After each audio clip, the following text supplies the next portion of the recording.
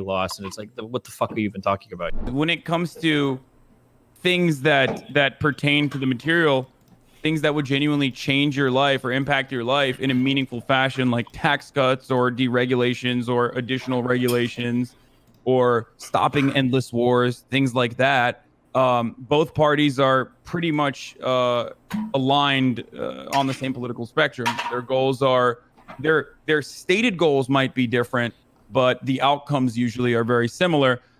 Evidence of this is Barack Obama solidifying Bush-era tax cuts for the wealthy, for example, or even again Barack Obama seeking to cut Social Security benefits, entitlements with Joe Biden in 2012 after his reelection. Like, these are supposed to be right-wing positions, but they're routinely pushed by liberal politicians as well. So what do you have as an average voter?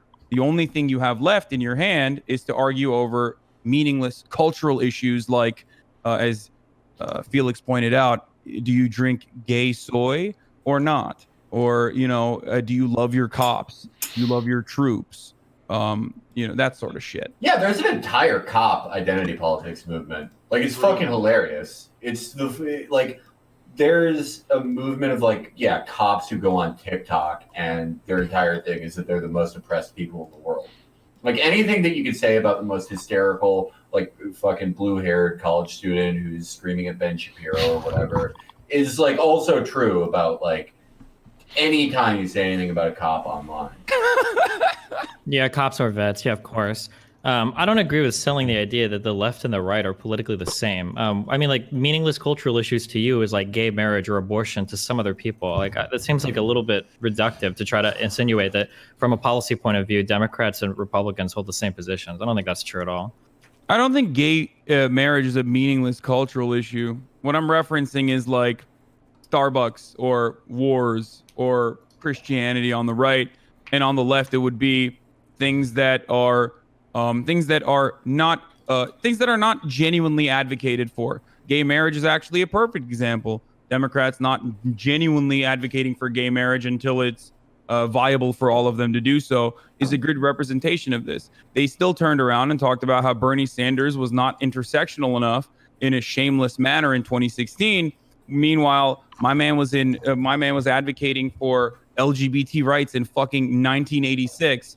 You know what I mean? So that's great that he was doing that, but him advocating for civil rights didn't do anything. It was Obama putting Supreme Court justices on the Supreme Court that actually got it changed. It's nice to hold the purity political positions, but at the end of the day, if you can't get any of that legislation passed or any of those people in office, it means fuck all. There are plenty of people besides Bernie Sanders that advocated for gay rights, but it took a Democrat in office nominating a Supreme Court justice with a Senate of Democrats that was actually able to get some change, actually pushed through for the gay people in the United States. I'm sure gay people are really thrilled that Bernie was doing whatever the fuck in the 80s, but in terms of actually getting gay marriage passed, that took real political power to do so. No, you're right.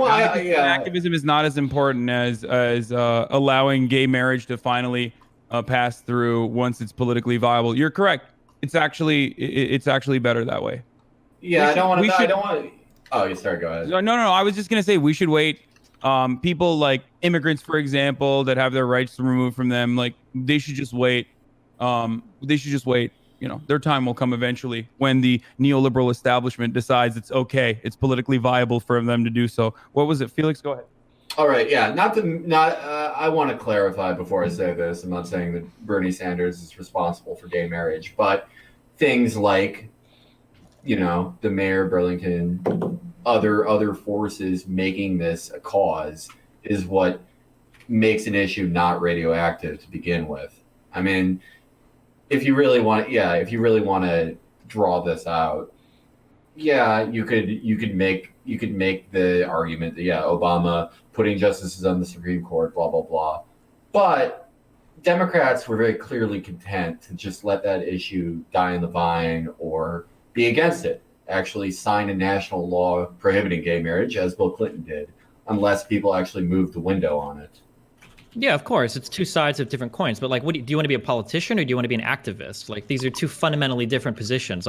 We wouldn't expect everybody, in the Democratic Congress to become an activist and just cede all of their seats to Republican in every district. Like, it doesn't make any sense. Like, fundamentally, I think that as a politician, you can lead a little bit, but like you have to follow like the needle a bit as well. Like, you can't just do some radical shit as a politician. You'll just lose everything, and then at the end of the day, you get nothing done. Like, I think that it's okay to recognize the difference in these two jobs, and just because politicians don't want to be activists and sacrifice actual political power for their positions doesn't mean that they're the same as the Republicans, which is markedly luckily, not the true. most popular politicians in the country right now are all politicians that you would consider to be activists. Maybe the time is right for them to be this way, or maybe people are very upset with politicians being politicians for far too long, so now they are looking for a change of pace for politicians to be genuinely activists. I don't know.